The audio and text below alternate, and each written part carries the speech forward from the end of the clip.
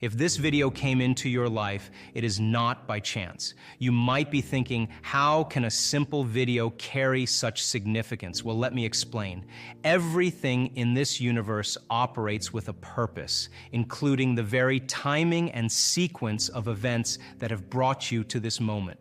Our lives are intricately woven into a greater design, a design that often remains veiled from our conscious awareness. But today, we're going to delve into the profound understanding that this moment is part of a grand orchestration. Now let's talk about the nature of our consciousness. You see, we are not just physical beings, we are energetic beings, constantly attuned to the frequencies of the universe. These frequencies carry profound information and intent, and they influence every aspect of our existence. The key to unlocking this profound truth lies in recognizing the power of our thoughts.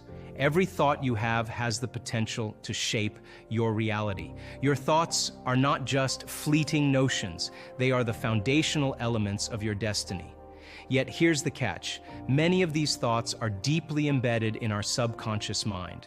The subconscious mind, the powerhouse of our beliefs and programming, governs a staggering 95% of our actions and decisions. Often we operate on autopilot, oblivious to the forces propelling our choices. But here's the beautiful revelation. We can reprogram this subconscious mind. We can reshape our beliefs and, in turn, our lives. Through conscious effort, we can tap into the depths of our being and rewrite the script of our reality.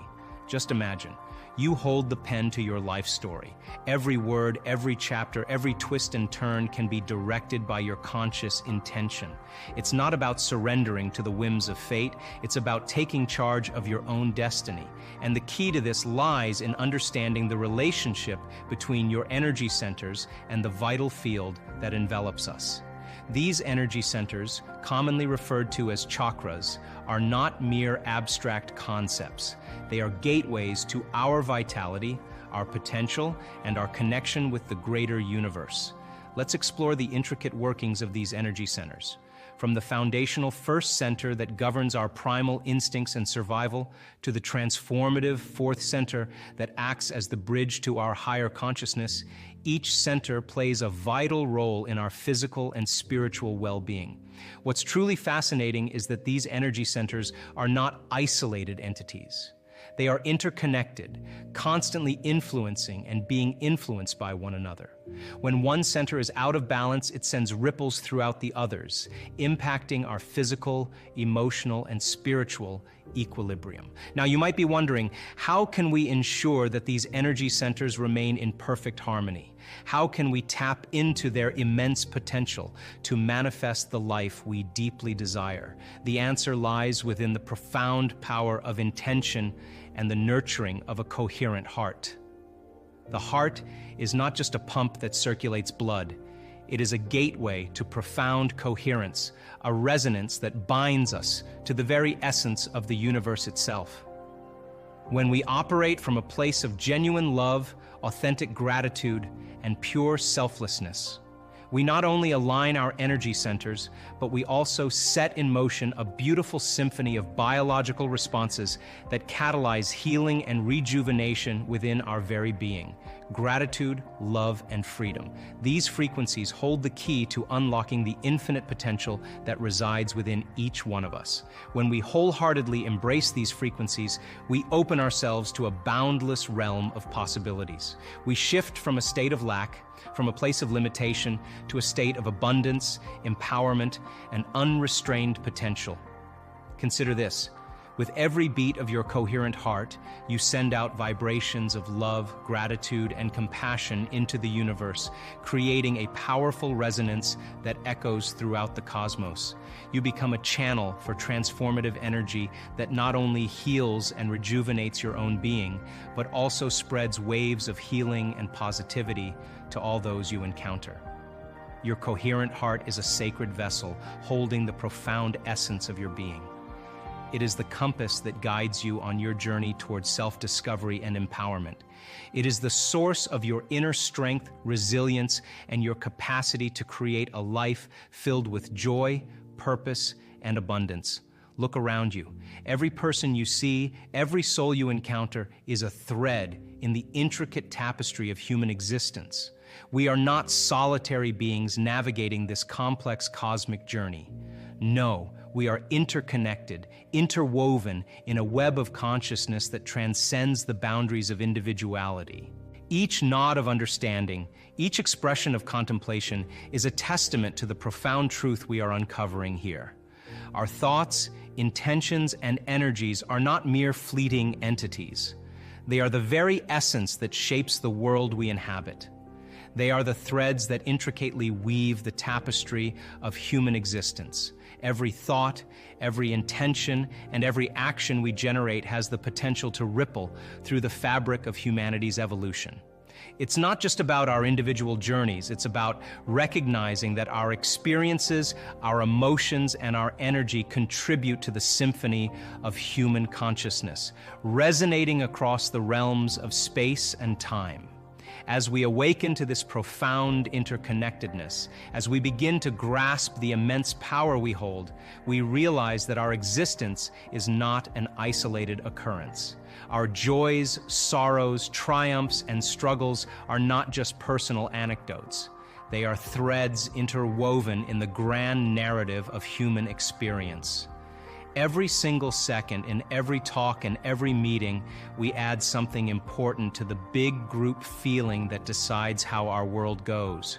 What we think makes little waves of power that go all over the universe, deciding how people will live and the way our future will be.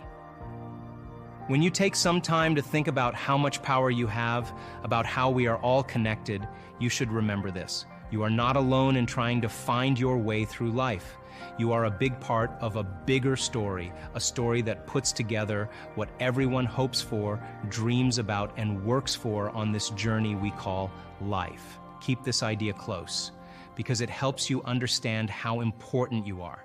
Make your goals match the shared dream of peace, love, and having what you need. And then you'll see big changes happen inside you and around you. You are a big part of this big story, and even the little things you do can make a big difference that spreads all over our world. Hold on to this truth, for it holds the key to unleashing your complete potential. Connect your hopes with the shared dreams of peace, love, and having plenty, and you'll see a deep change happening inside you and all around you. You are a crucial part of this great story, and even the smallest things you do can create waves of good change that spread through the whole world. Never forget, every thought in your mind, every dream you hold, and every move you make has the strength to shape your future. Welcome this power, because you are the one who designs your own world, and the universe is eager to see what you'll do next. You are not just a tiny person trying to make sense of a big, complicated life. You are like an important thread woven into a beautiful, cosmic fabric that connects us all. Your thoughts and actions are like stitches that can mend and improve this tapestry we call the world.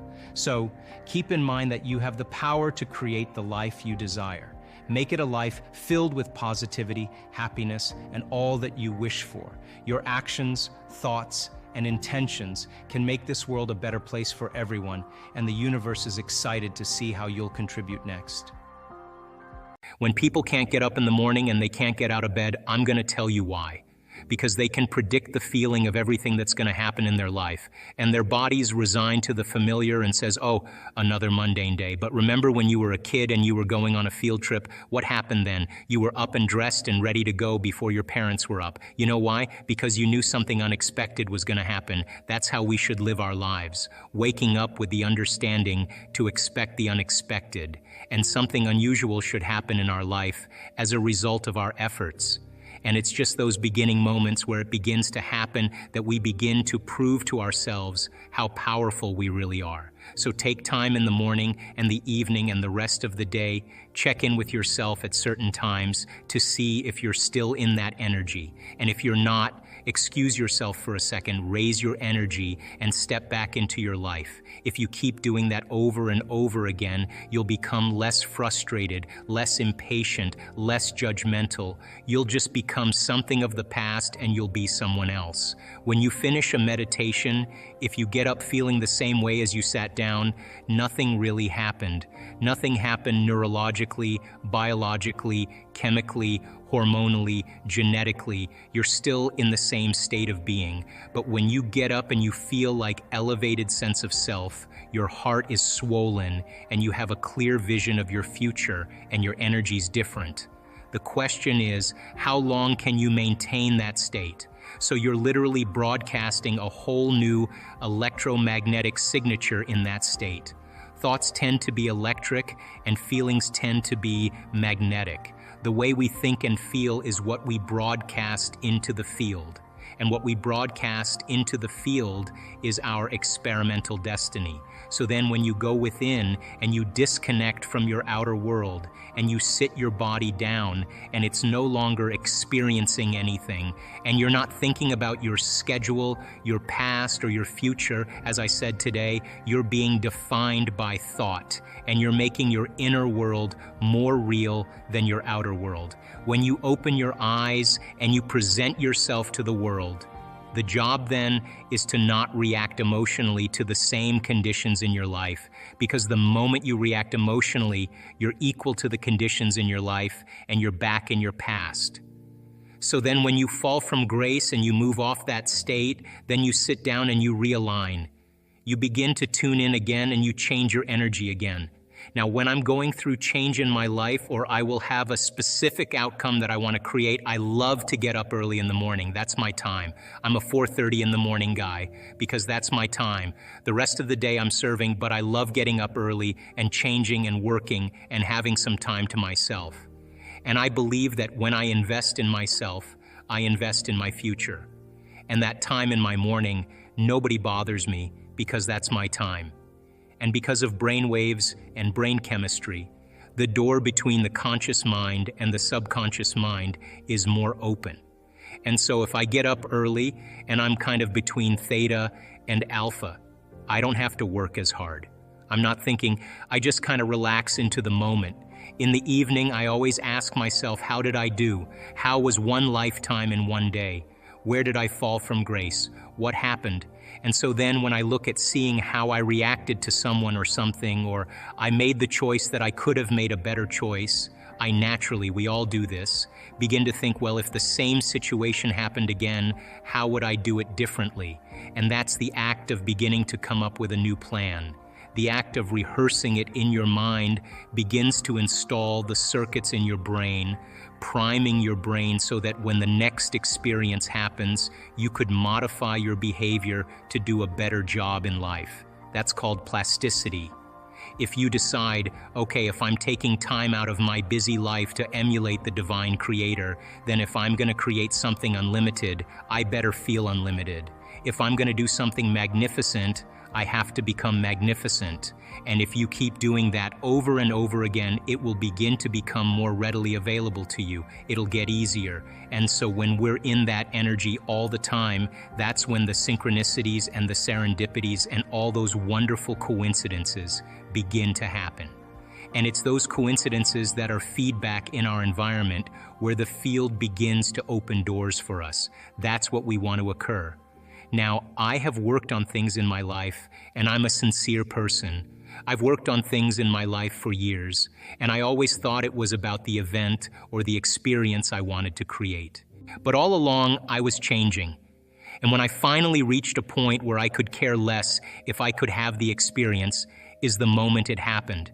But all along, the divine, loving intelligence, this mother-father principle, of course, it's observing us into life. We are vitalistic, energetic beings that when we begin to unify all these principles that we're talking about, you can't get this in one sitting. You can't. You have to keep understanding it, keep reviewing it, keep redoing it, keep experiencing it, and new experience then causes you to dream in a way you would have never dreamt before unless you had that experience. And that's how God gets to know itself. So then, I don't care what meditation you do. I just like the fact that you're connecting. And the more you connect, the more whole you feel, the more natural it becomes. Then, of course, the next experience then causes you to dream in another way. And what I know from my own experience and many students, it's not about material things. It's about those mystical moments, those transcendental moments, those moments where your jaw drops and you are in awe of life. Those moments that take our breath away, that cause us. And this has happened to me so many times. Every time I have one of those experiences, I think to myself, I got this all wrong. I got this all wrong. Some veil has been lifted, and now I'm seeing more clearly about the way things really are. Intention is, you may say, I want a healing, I want a new job, I want a new relationship. Now, the moment you ask the question, the what-if question, what would it be like to be in love? What would it be like to have a new job? What would it be like to be in a new relationship, to do whatever, to be healed? The moment you ask that question, the part of your brain called the frontal lobe, which is the crowning achievement of the human being, 40% of your brain is the frontal lobe. It's the workshop, it's the creative center. Frontal lobe has connections to all other parts of your brain. The moment you ask an open-ended question, you speculate a possibility. The creative center turns on and it looks out over the landscape of the entire brain and begins to call up different networks of neurons that are stored in your brain based on something you've learned intellectually, knowledge, or something you've experienced in your life. Like, well, I know what it is to be in love, or I know what it is to have a good job, or I read a book about it. And it begins to call up these different networks of neurons, and then it seamlessly pieces them together to create a new idea, a new vision. And when you put all those networks together and they fire in tandem, you'll get a clear picture in your mind. And that clear picture is called intention. Now, the more you have conditions or the more you have specifics about that job, like, for example, I want to make this amount of money more a year. I want to have health benefits. I want to have 3 weeks vacation. I want to travel. I want to work with great, unlimited, creative people. That all is the elements that help to add to that vision. Now, the picture you get in your mind could be the word job, or it could be just an image that's personal to you. But the image then represents all of those conditions, so you can have several conditions that make up your intention. But the intention typically is a symbol, like you may see a retreat center that you may want to start and you have a picture of it. But once you see that picture, the next thing that happens, you start to live that dream.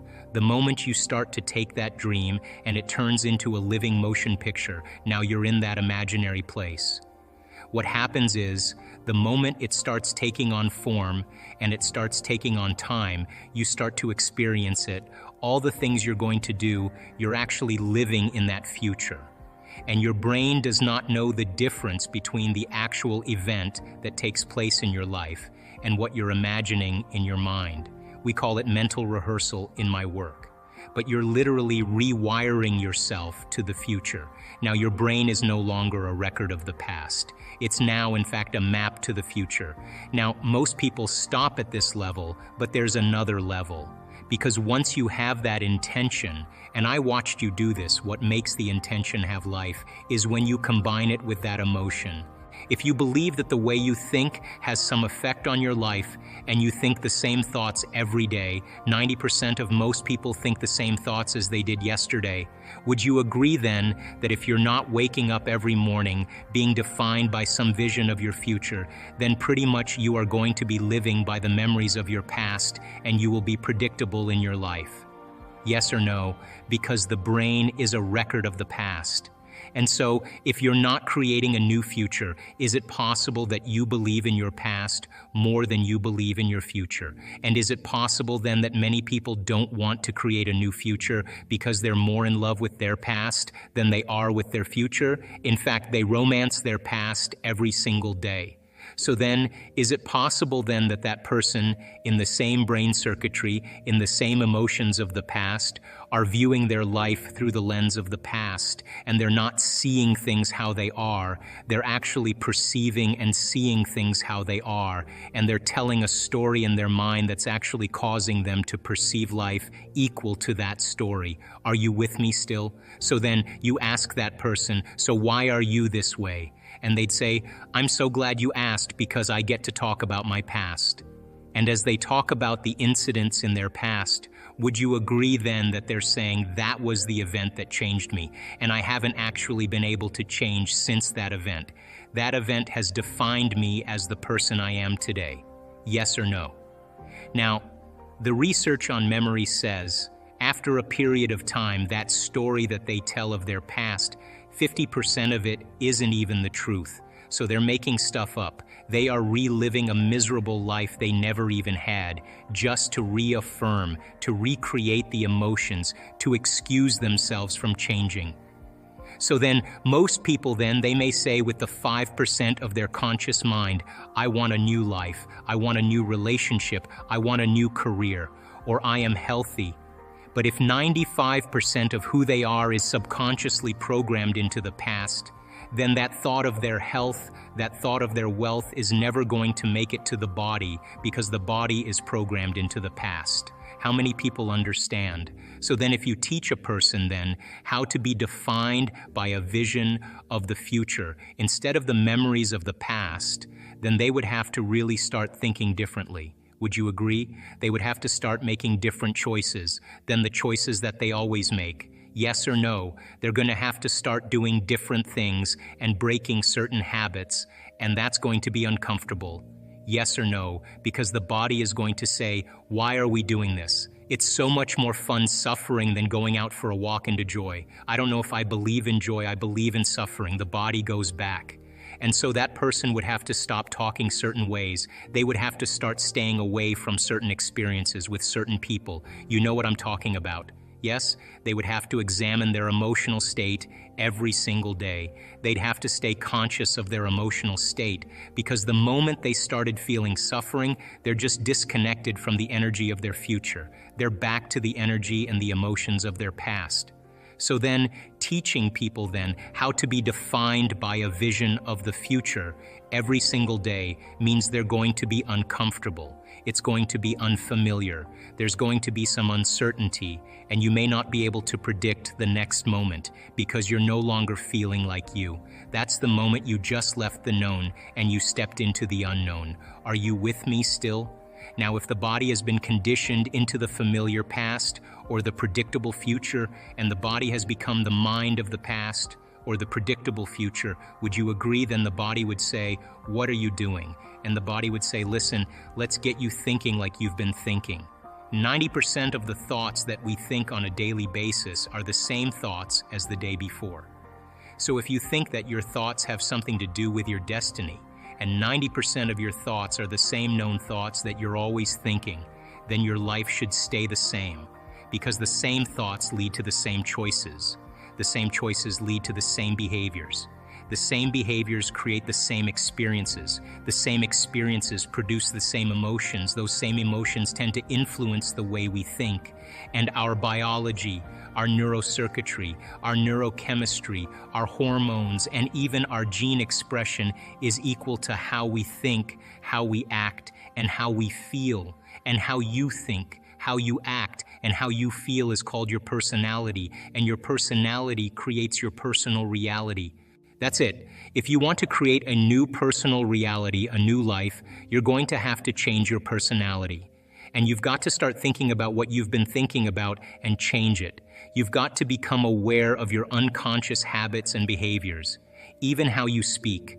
And you have to look at the emotions that you live by every single day and decide, do these emotions belong in my future?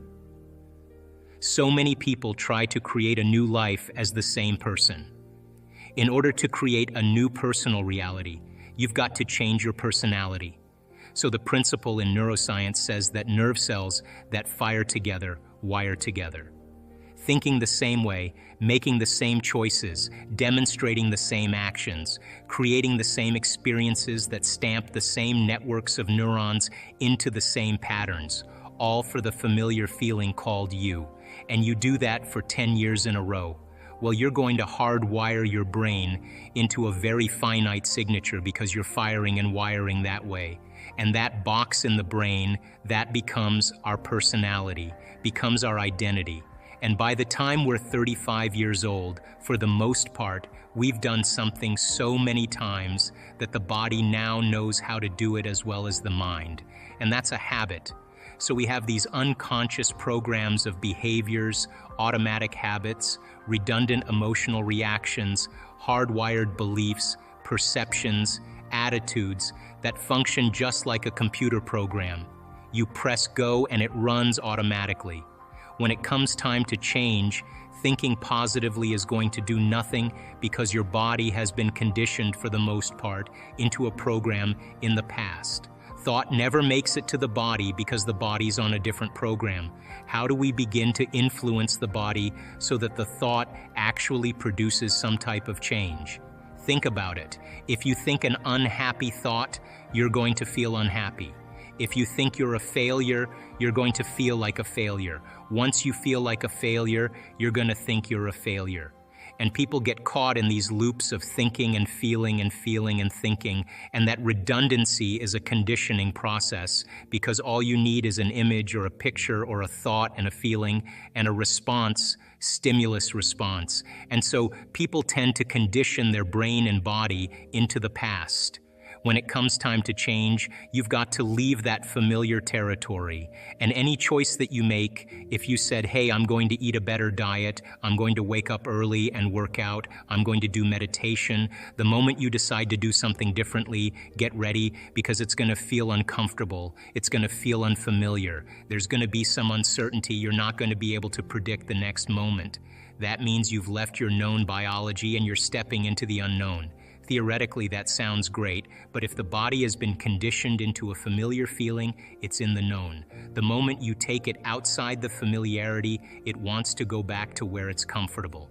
So the body starts influencing the mind, and this is where people say, why don't you start your diet tomorrow? Why don't you start working out this evening? You're really never going to change. Now, intention is a vision, a potential that already exists in the quantum field that you get to select. And when you ask yourself a question like, what would it be like to be healthy? What would it be like to be wealthy? What would it be like to be free or to be in love? The moment you ask that creative question, a part of your brain called the frontal lobe turns on. That's the crowning achievement of the human being. Once that area of the brain turns on, it's like a great symphony leader. It looks out of the landscape of the entire brain and it begins to randomly select different networks of neurons that are connected to the things you've learned in your life or the experiences you've had. And it begins to seamlessly paste them together to create an ideal, a vision, or an internal representation. That is a potential experience that's awaiting you. And it's not enough to just have the mind involved. Thoughts are the language of the brain and feelings are the language of the body. And how you think and how you feel creates a state of being. Once you can begin to emotionally embrace that future reality before it's made manifest, when you combine that clear intention with an elevated emotion, the freedom, the joy, the inspiration, the genuine love that you feel or gratitude from that experience, the moment you do that, your body, as the unconscious mind, begins to believe it's living in that future reality in the present moment.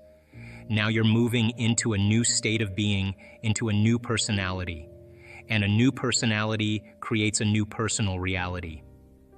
The research that we've done shows that when we teach people how to regulate their internal states, to begin to create more coherence in their brain and to generate elevated emotions like joy and gratitude and inspiration, that not only does the brain become coherent, but so does the heart. And when the brain is coherent, the heart is coherent. When the heart is coherent, the brain is coherent. So why don't we live by these states on a daily basis? Primarily because the majority of the time that we live in our waking state of consciousness, 70% of the time, you and I are living by the hormones of stress. And living in stress is living in survival. And when you're living in survival, the very chemicals of survival cause you to function as materialists, defining your reality with your senses. You pay attention to objects and things and people. You begin to believe that your outer world is more real than your inner world. And the side effect of this, over time, begins to cause us to feel separate from possibility. Why? Because when you're threatened by some predator or some danger in your life, it's not a time to go in. It's not a time to trust the unknown. It's not a time to open your heart and feel love. It's not a time to communicate. It's not a time to create. It's not a time to learn. It's a time to survive. So then, in order for us to create, we have to lay down the very thing we used our whole life to get what we want for something greater to occur. And most importantly, we want you to understand when you're in the creative state and when you're not. And if you were to take a little time every day and apply some of the principles in changing beliefs and perceptions about yourself and your life, and what is a belief other than a thought you keep thinking over and over again? And all beliefs are based on past experiences, and in order for you to change a belief or perception about yourself and your life, you have to make a decision with such firm intention that the amplitude of that decision carries a level of energy that's greater than the hardwired programs in your brain and the emotional conditioning in your body. And your body literally has to respond to a new mind. And when the choice becomes an experience that you never forget, that's the moment the past biologically no longer exists in you. People use the word victim so much, and I don't really think we spend a lot of time really unraveling the idea.